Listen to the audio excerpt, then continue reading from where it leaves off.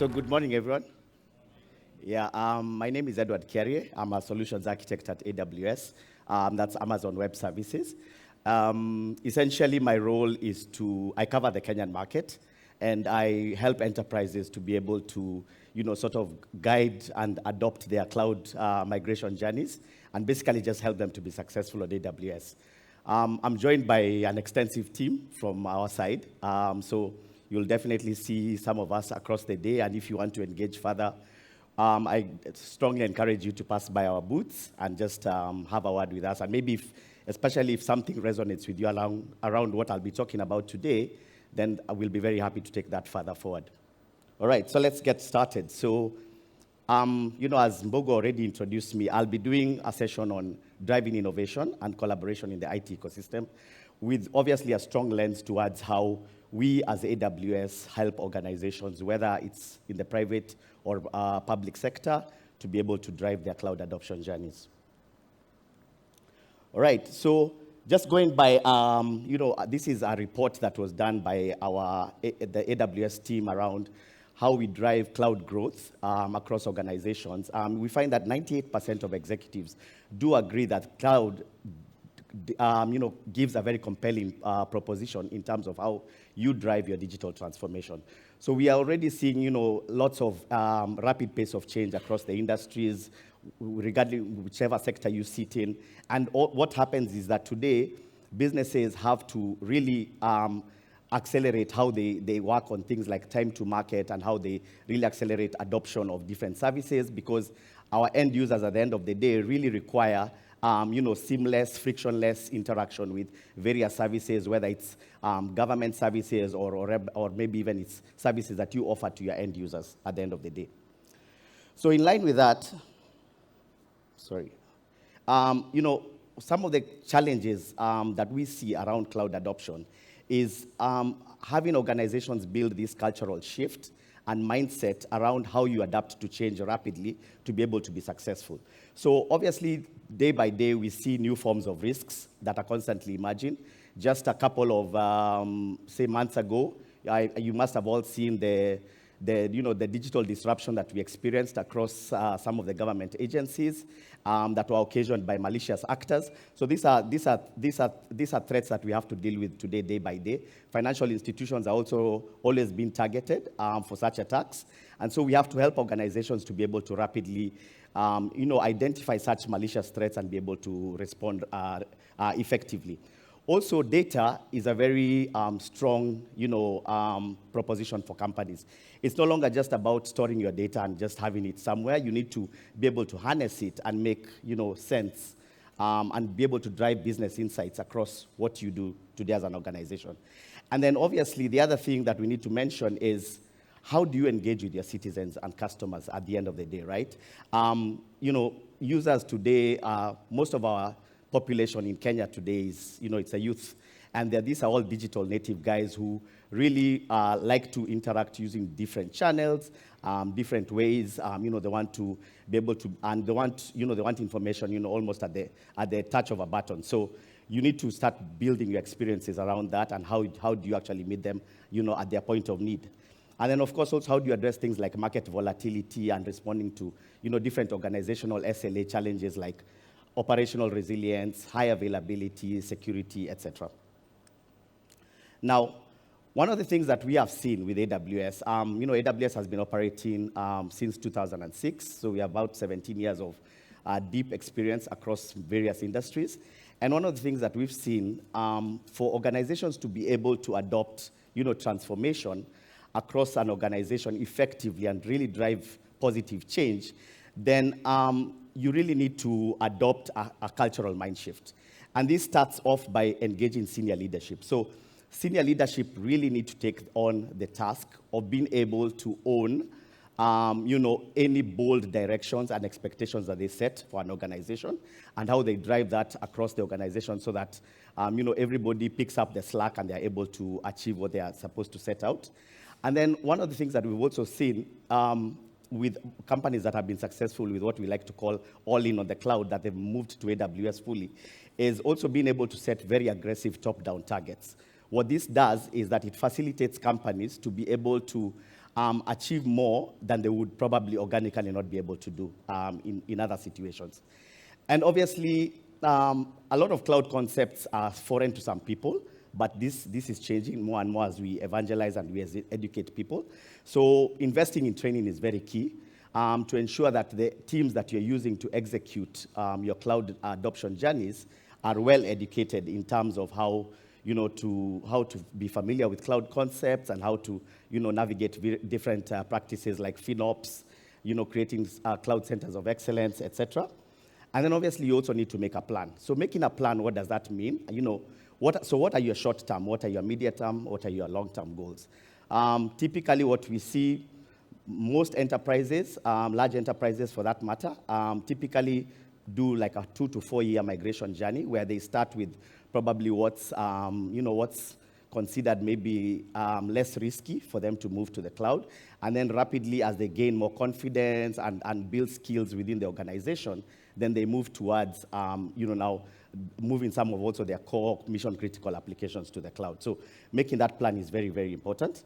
And last but not least is, of course, now that really ties back hand in hand with everything I've said, is building the right team. So how do you, set up your team for success from the get-go? So in AWS, we like to talk about something that we call building landing zones. So this is how you set up already your AWS accounts across different environments that you host, be it production, development, test, UAT, Q&A, and set up the necessary guardrails, both from a security and high availability standpoint, to be able to ensure that, all workloads that you post to the cloud will be well monitored, will be well audited, so that you make sure that you can also keep track of costs, because that's very important.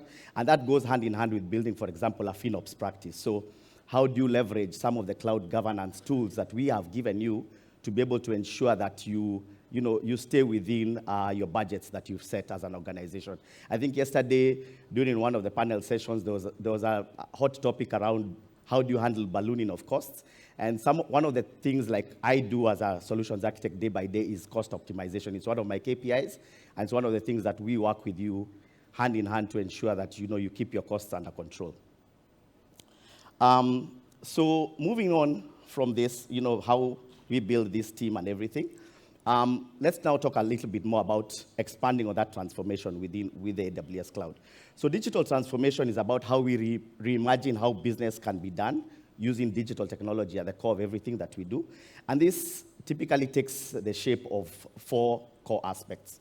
So one, I talked about, building that cultural shift as an organization. So how do we, start to cultivate new ways of working?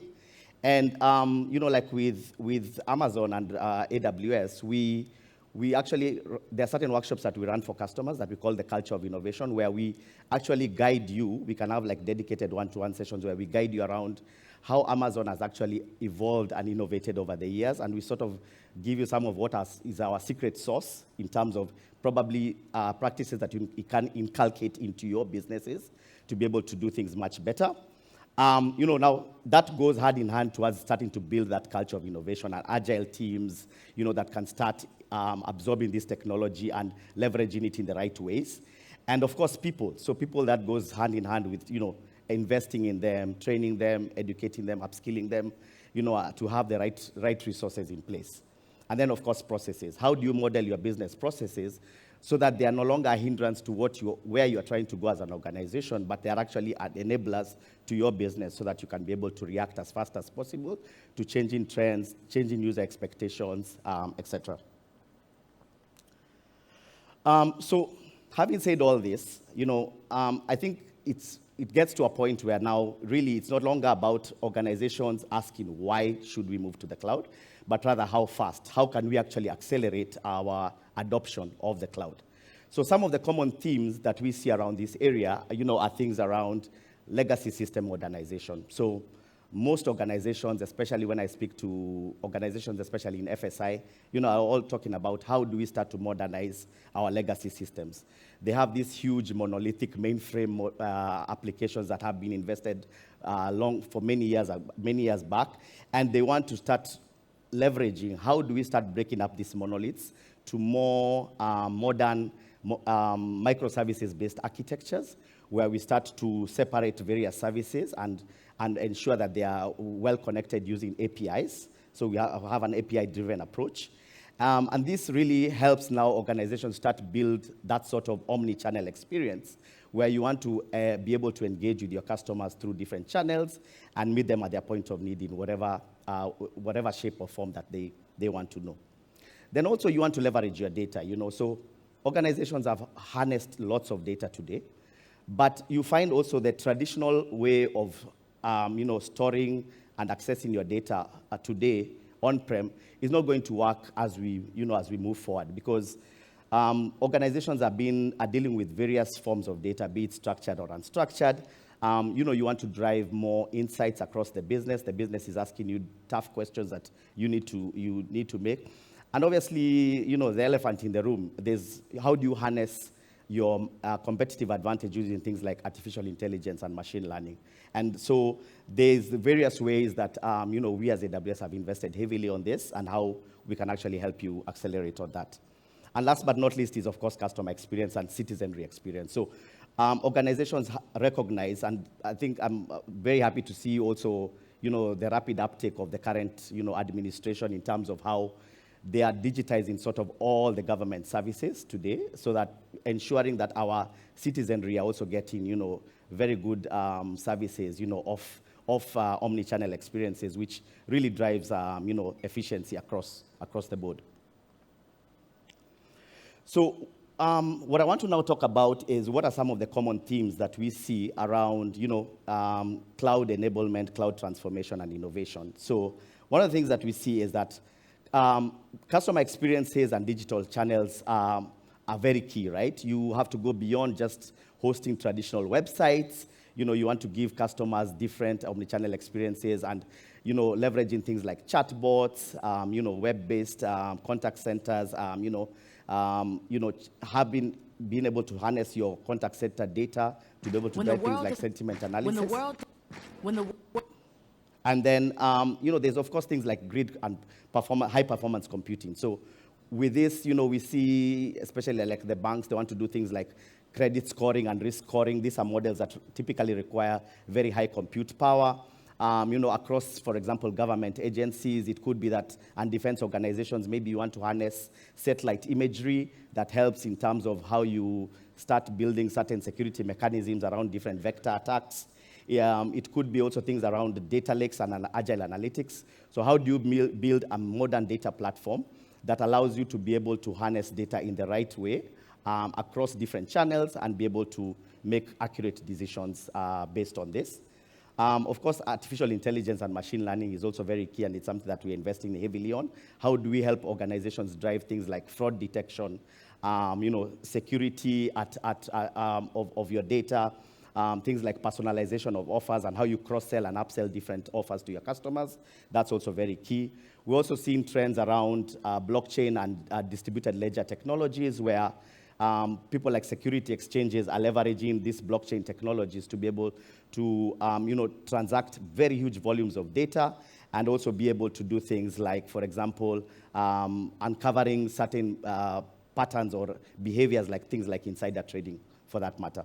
And of course, last but not least, is core systems modernization, which is what I talked about, migrating from these legacy applications that are slow and traditionally expensive due to punitive licensing mechanisms, and how do you make them more agile and, easier to access using the cloud. So again, continuing with the same theme, customers are expecting more personalized digital experiences. So how do we, drive that customer and citizen engagement across various channels, right? You have the chatbots, so we can leverage, for example, services. We have a service called Lex that helps you build that. To build contact centers, we do have services around, for example, something called like Amazon Connect, which actually helps you build contact centers and even drive things like sentiment analysis and contact center analytics. That becomes very important, especially for users who are really engaging with their customers on a day-to-day basis. And then obviously, how do we help customers now really start to move their grids to the cloud? So I already talked about our high performance computing capabilities. So how do you leverage our tool sets to be able to do things like diverse risk modeling, How do you do things like weather forecasting by leveraging the power of our computing processes to do that? How do we help organizations? And this is something that we really did effectively very well during the COVID period. Like, how do we help them do things like new drug discovery? We worked with the likes of Moderna and other pharmaceuticals, for that matter. Now, going on with that theme, I also want to talk about more around the data lakes and analytics. How do we help organizations move from the traditional data warehouse approach to a data lake approach where you are able to federate data access to anyone, using very centralized, strong governance controls around who accesses what data and when, and what they're able to do with it, and ensuring that this data is effectively being democratized across the organization so that different lines of business can be able to, are no longer stifled by a central IT function, but they're able to actually take control of the path that they want to go in terms of how they drive decisions and evolution of their different businesses. And then moving on, of course, AI and machine learning is something that's very key. We keep hearing the buzzwords. I mean, Mbugua just talked about the OpenAI things that have been happening in the last 1 week. So what are some of the use cases that we've seen, especially across, financial services and the public sector? Typically, we are using AI and machine learning for things like computer vision to be able to do things like identification and verification of documents to, enrich, the KYC processes, like for banks. How we do things like call center optimization and analytics. Personalization of offers is very key. So how do we help, for example, wealth managers and investment managers to be able to create and curate, portfolios for customers, meeting them at their points of needs based on different life milestones, like you've started a new family, you're buying a car, and, be able to cross-sell and upsell different offers based on that. How do we do things like text and video analytics to be able to harness some sentiments across what's coming from your customers? And of course, things like fraud detection as well. So blockchain adoption is also something that's very key around, like I mentioned, some of the security exchanges are doing this, especially around the area of real-time gross settlement for banks to really help how we harness network utilization and fast action around, your transactions. And last but not least, is the aspect of, migrating your core platforms to AWS. So we actually have a very elaborate migration assessment program. One of my colleagues is around, and he'll be at the stand. If you want to know more about that and how we help customers chart that journey, we'll be happy to have an engagement with you on that on the side if you visit our booth by the Expo Center. So last but not least is security, and I'm almost running out of time. So, really I want to kind of summarize by saying security is a very hot topic for most customers. They want to understand how do we ensure that we are secure on the cloud. So typically at AWS, we have a shared responsibility model where security of the cloud is AWS responsibility, all the way from your operating system down to the hypervisor layer, all the way down to the facilities that we host our regions, while you as the customer are responsible for updates and patching of your operating system and the applications that you run on it by leveraging all the 300 plus security and compliance tools and services that we give you. And we give you best practices around this. So we also give you various tools to help you with, your guidance and compliance and how you, do your audit processes to ensure that you collect audit reports accurately and develop right mechanisms to be able to share best practices with various organizations. And then obviously, how does our infrastructure look like today? So we have this model where we've created a sort of a region, high availability, availability zone architecture where we are able to have this huge geographical footprint that we are rapidly expanding on day by day, where we are able to host our customers as closer, your data as close to your customers as possible by leveraging, our extensive services that we offer to you today. So in terms of wrapping up, I'll try to just talk about what are some of the reasons we are seeing organizations moving to cloud. Just accessing new capabilities to meet new needs, as I said. Being able to get out of managing expensive data centers and transforming the culture of your organizations to be more digitally native. So with that, I won't go into too much into this. Like I said, we have our booth. You feel free to pass by our booth to be able to have any further on conversation around some of the topics that I mentioned, and we'll be happy to engage with you today and tomorrow until the end of the event. Thank you so much for your time.